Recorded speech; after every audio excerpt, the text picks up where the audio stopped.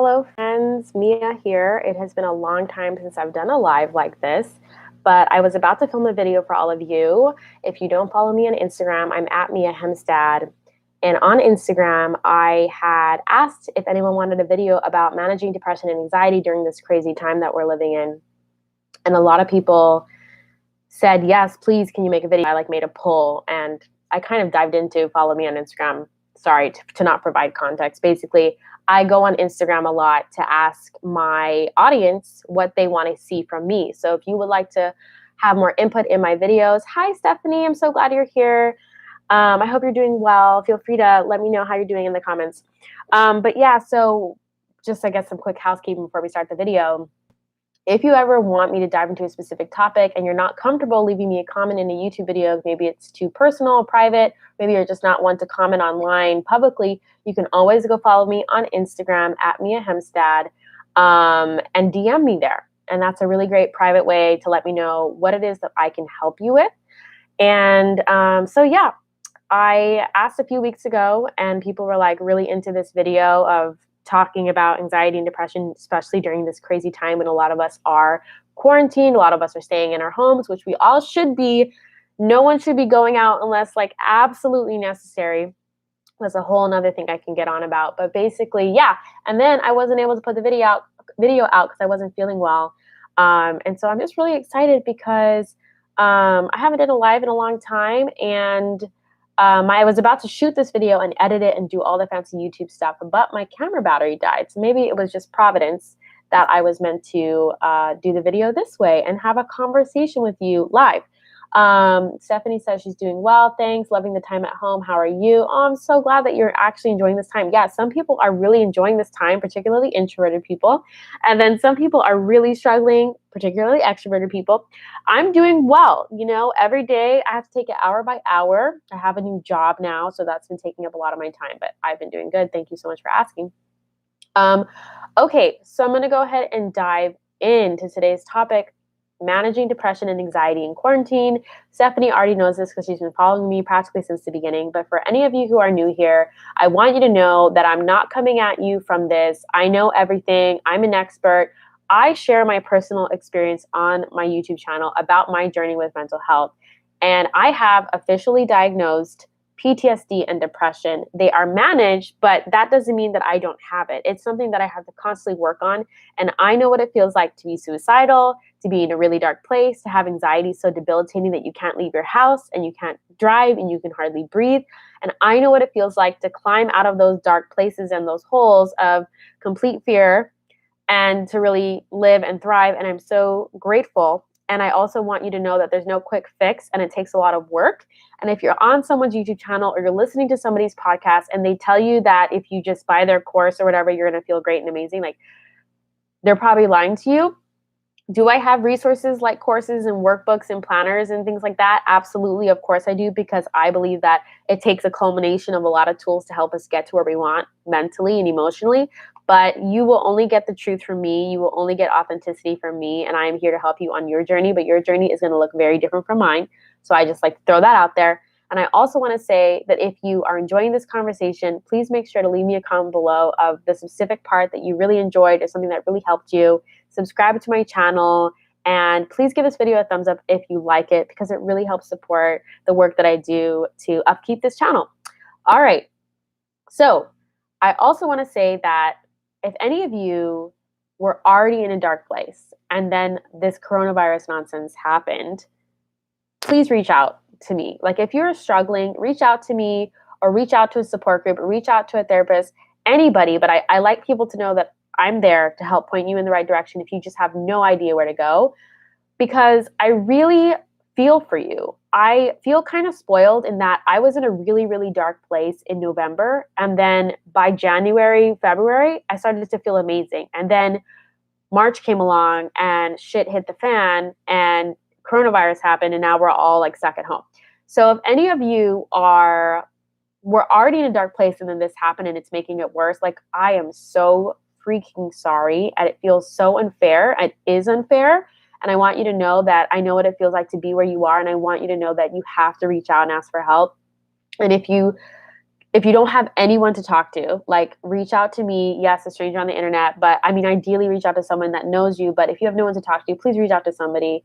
I haven't even looked at the numbers because I don't think I can handle it. But I know there's this statistic that came out that suicide hotlines have seen a huge spike, and that doesn't surprise me. And I just don't want any more people to die because of this insane pandemic. If we could help it, please reach out to me and let me know that you need someone to talk to. Like I can DM you, I can chat with you, and obviously I can't talk to every single human being that comes through, but I will acknowledge you if you take the time to DM me. I want you to know that you are not alone. So these are just some practical tips. It's not an exhaustive list, but it's a good thing. I just wanted to share the main highlight tips that are really helping me right now. So number one is I typically wake up in a mental fog. Like I have a really heavy, like I wake up really heavy almost every day. And it's mainly because I have PTSD. So I have really bad nightmares. And if you wake up in a fog, which if you struggle with depression, anxiety, you probably do, my first tip is to shake off that mental fog as soon as possible. So some mornings I'm woken up by my kids, I have things to do, or maybe I have a conference call I'm jumping on right away, and I don't get to do it right away. But I don't just throw in the towel. I go, okay, after this call, I'm going to go run outside for 10 minutes. Sometimes I wake up late and literally all I can do is I put on my jacket because it's still cold, and I put my earphones in my ears and I blast some Lizzo, and I literally just run down the street and I'm dancing down the street. If you follow me on Instagram, you see me act a complete fool on my stories. I'm like literally dancing down the street. There's hardly anybody out there, right? Because it's early and shelter in place and all that. I make sure, obviously, I'm practicing good social distancing. There's nobody out there on the street, but I freaking dance and move my body and rock it out to some pump up jams. Like ideally, even create yourself a Spotify playlist. You can call it like shake off the fog. Shake off the fog. So that when you wake up and you can't even think, you can't process, and you're just dwelling on how bad your nightmare was the night before, you wake up and you hit play on that Spotify playlist and you tell your partner or whoever it is you live with, I'm going outside for 15 minutes. I'll be back. And you don't have to do that whole mental work of like, oh, I can't do a whole workout. I don't have the time. That I'm going to have to shower because I'm going to be sweaty. Like shake off the fog. And I found that actually sweating does help me shake off the fog. So I try to like, if it's 10 minutes or 30 minutes that I have, I try to make sure that I really like shake it off. But it just jolts your body awake, and it changes your state from like being consumed by this like fear or sadness or hopelessness or whatever it is you're struggling with, and it just jolts you into what your body is doing and the music that you're listening to, and it just really helps to wake you back up. And notice that I didn't say like work out. Sometimes all I have time for is to shake off the fog for 10 minutes. And this morning that looked like turning on some music and doing that inside because I just was not in the mood to go outside right away. But yes, I cannot emphasize that enough, that especially since we're not leaving our houses to go to work or to take our kids to the playground, to start our day kind of jolting ourselves awake with that kind of little dance party, because you have to start your day strong, especially if you're going to be stuck at home. You have to start your day strong. And like I said, if your day starts and you don't have time to do that right away, it's okay if you're shaking off the fog at 11:30. It's okay if you're shaking off the fog if you're starting over at 3:30. If your anxiety and depression is so bad you couldn't even get out of bed until 3:30. I understand that. And so I just want you to know it's never too late to shake off the fog, but it is a great way to turn your day around or to start your day. Number 2 is transitions. Transitions are so important. And what I mean by transitions is it's something that you do with your body and your mind to get yourself from one thing to the next. Because we're all stuck at home, and some of us are working from home, it's really hard and exhausting to go from conference call and working to making dinner to playing with our kids to cleaning the bathroom to grocery shopping, whatever. It's hard to just go like do all those things, and you're just stuck inside, and it just feels like the days are blurring together, you know what I mean?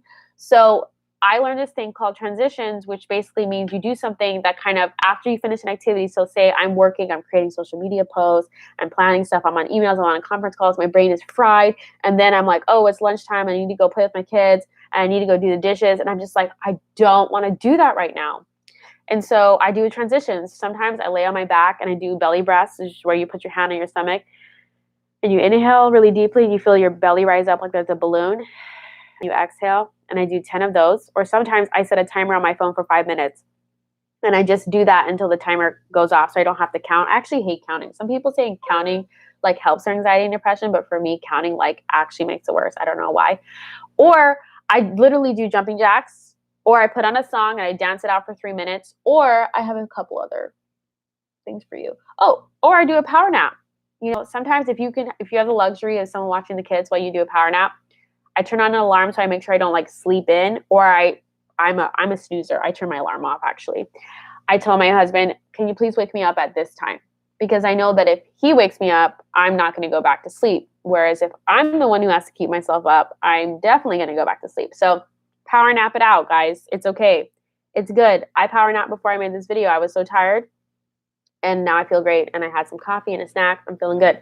So transition, so important. And it helps your brain and body signal that, okay, it's time, we're going to move on to something different. It tells your brain, okay, you can stop thinking about emails and social content.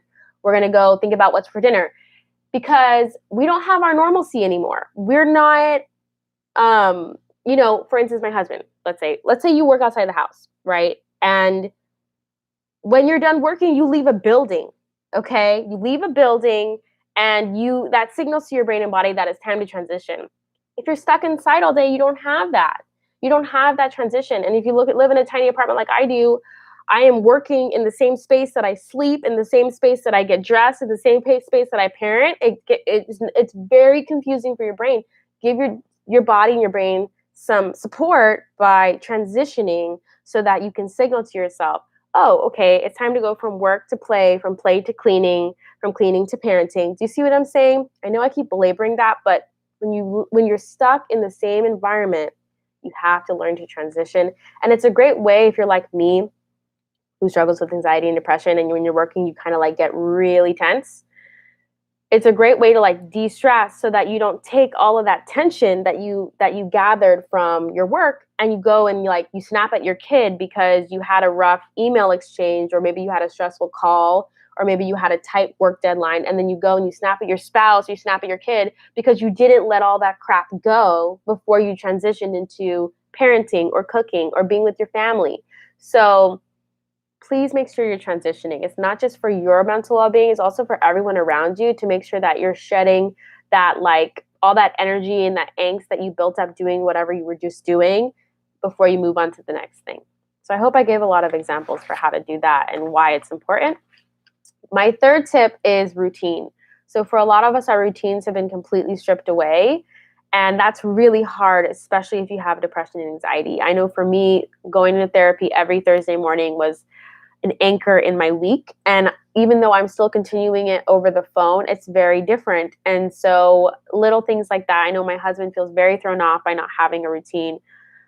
Guys, my shirt, I don't even know. Sorry. It's just very wrinkly. It's distracting me. So it's okay. You can still like create a new routine. Like instead of, okay, we're all going to mourn a loss of our old routine. I love taking my kids out every morning. We can't do that. But you can make a new routine, and it's so important for you to do that. So you can have a sense of progress and structure if you intentionally create a routine for yourself. So I highly encourage you, whether you type it out on a Word doc and you print it and put it on your fridge, or maybe you write it out, or maybe you put it in your planner, or put it in your Google Planner, a calendar, so it notifies you what's next. I literally have a notification that pops up every day at 11:30 that tells me it's lunchtime. Because if I didn't, I would just keep working, and then I'd be really hungry and frustrated and wonder why, and not eat lunch. So whatever works for you, you just need to figure out what your routine is. And I used to be really resistant to this and be like, oh, that's so rigid. I don't like that. But what it does, though, is that by the time you reach the end of the day, you're not like, where did the day go? I didn't get anything done. I forgot to do this important thing. I forgot to call my doctor. And now the day's gone, and now the week's gone, and you didn't do anything. And then you're like, feeling down on yourself because of that. That's why you need routine. That's why you need structure, so that you could feel like you're making progress every day. That's so good for your depression and anxiety, because then you don't just feel stuck. Like when we feel stuck, that causes us to feel even more depressed and anxious, because it feels like we're not getting better at anything. We're not moving toward our goals. So routine, form a routine for yourself. And I wanted to let you know, well, I don't have it ready at this moment because I was going to post this video tomorrow. But I'm going to create a little planner one sheet that's ink friendly, only one page, and it's going to be called the Quarantine Sanity Daily Planner page. And you're going to be able to plan your day with like time, and you can write down your top 3 goals, put your gratitude in, plan your self-care because that is just as important as all your other goals. And then at the end of the day, you write down, I'm proud of myself because, and you need to finish the day on a positive note by saying what you're proud of yourself for accomplishing that day, so that no matter how hard the day was, no matter how bad your depression anxiety is right now, you can be like, I'm proud of myself because I brushed my teeth today. I'm proud of myself because I ate 3 meals. I'm proud of myself because I changed out of my pajamas into clean clothes. Or I'm proud of myself because I emailed that client that I was scared to email. It doesn't matter how big or small the achievement is. What matters is that you acknowledge your progress and your achievement, no matter where you are. And what that's going to do to you psychologically is as you go throughout your day and you're not feeling motivated, you're going to go, no, at the end of this day, I want to be able to write down what I achieved for me. And that is going to be such a game changer for how you approach your day. You're going to be looking throughout your day for things that you can do that you can be proud of yourself for. And if you're someone that struggles a lot with self-criticism and you're really hard on yourself like I am, it's so important to have some sort of daily practice that helps you appreciate yourself. So it's just going to be a 1-page planner. It's going to be for free. I'm giving this away because I really want to help you guys create routine in your lives. And how am I going to get this to you? I think the best way for me to get this to you is sign up for my email list, and I will email it out tonight or tomorrow. So I will put a link in the description. Shoot, let me look it up. Actually, I just want to give it to you now while you're here. What is it called? So that you can sign up for the email list if you're not already on it, so that I can email you when it's ready. So if you go to miahemstead.com/list, I'm putting it in the chat right now. You should be able to sign up there, and I will also announce it on my Instagram. So if you're not following me on Instagram, head over there at Mia Hemstad, because I will announce when that planner page is ready. If you want to get on that, it'll help you set a routine. Again, completely free because I love you guys. All right, number 4 is do something creative. This is so important, and it has been saving me because I'm always like, excuse me, I'm an Enneagram 3, which means I'm an achiever, if you haven't already been able to tell. And I am like, when I'm stressed, I'm like, do.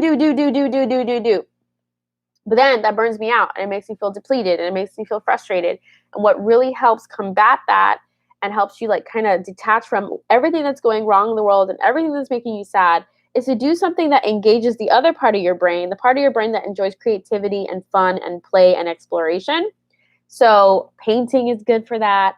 Coloring is good for that. I have some beautiful printable coloring pages that you can use, but you can also just go on Pinterest and look up free coloring page. Some of them are free, some of them cost a couple of bucks, but it's a worthwhile investment. You can print out those coloring pages, sharpen your coloring pencils, make yourself a cup of tea, put on your favorite jazz music. I'm literally creating the scene right now in my head.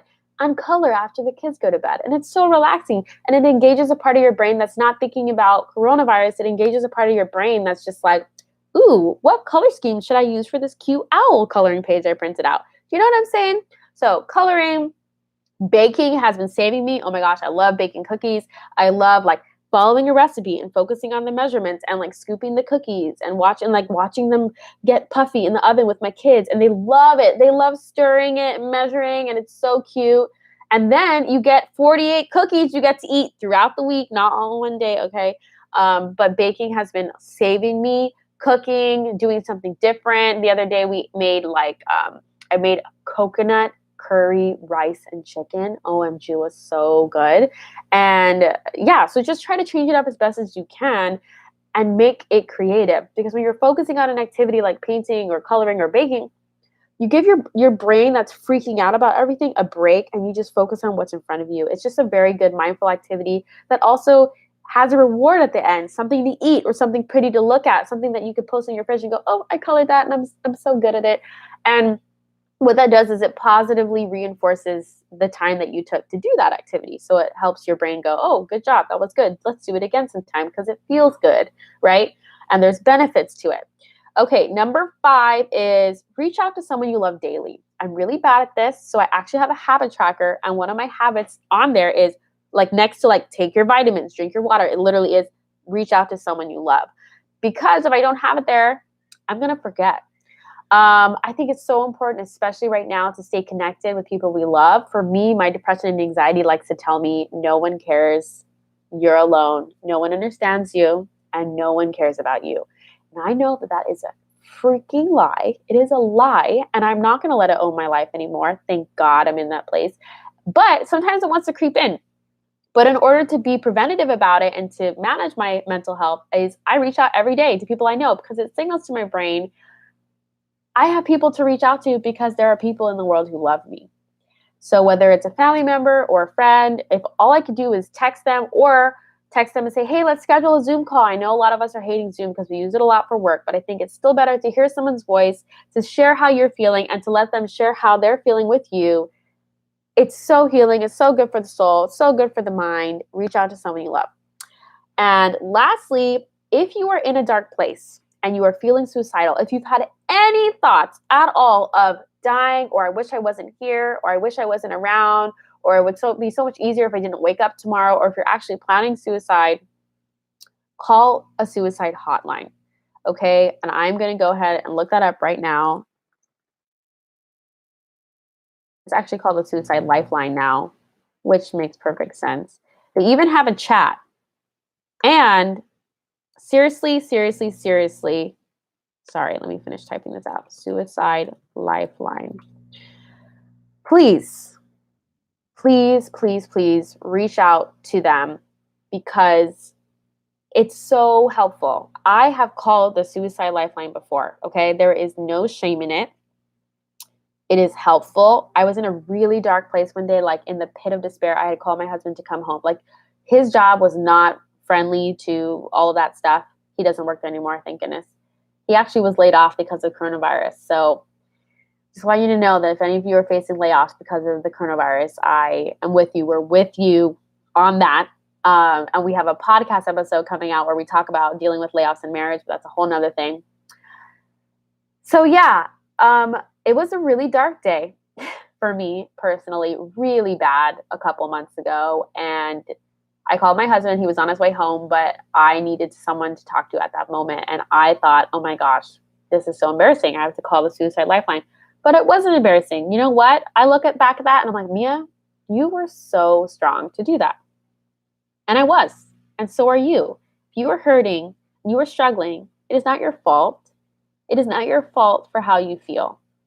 It is not your fault for being overwhelmed right now. There's so many unknowns in the world. And if you were already struggling with anxiety and depression to begin with, it's completely understandable if what's happening in the world has caused you to completely spiral.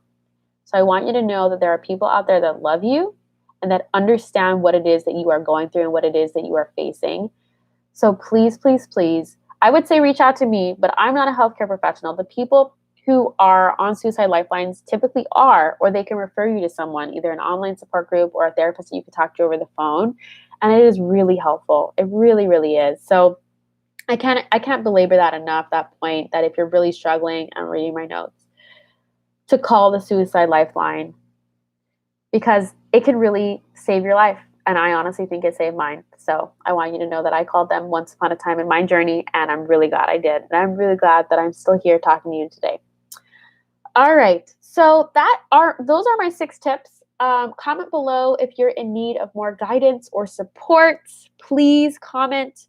If I didn't address something, if I could help you in your unique situation, if you need someone to talk to, again, leave me a comment, find me on Instagram, DM me, sign up for the email list so that I can send you the free planner page to help you bring routine into your day.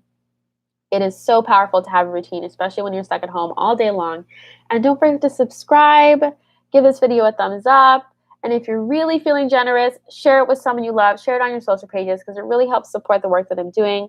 Like I said, my husband has been laid off, so I had to get a job, and now I am the primary breadwinner in my family.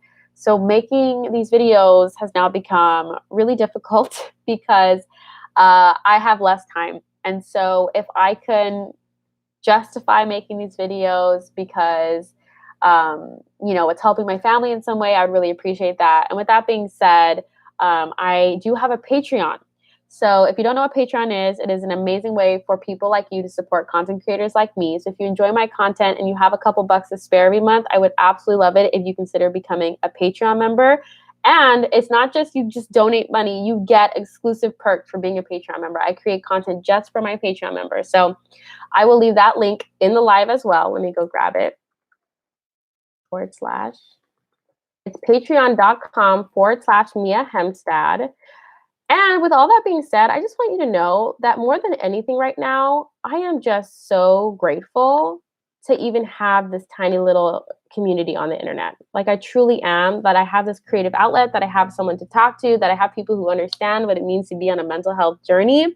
You guys make me feel less alone. And if you're dealing with a situation where your finances are strapped because maybe you're in a shelter in place and you have to stay home, or you've lost your job, or your loved one lost your job, you are still more than welcome to watch my content completely guilt-free. I just want you to know that if you want more content from me and more exclusive products from me, Patreon is an option. But if you can't do that right now, that's okay. It's perfectly okay. I love you all the same, and I will be here to make content as often as I can. All right, guys, thank you so much for watching this video. I hope you have a wonderful evening with your family or your friends. And if you're not with family or friends, please reach out to them via text or call or Skype or FaceTime or whatever it is that you do. All right, I love you guys. Take care of your mental health, okay? It's so, so important, and I will be in touch with you throughout the week on Instagram. All right, bye.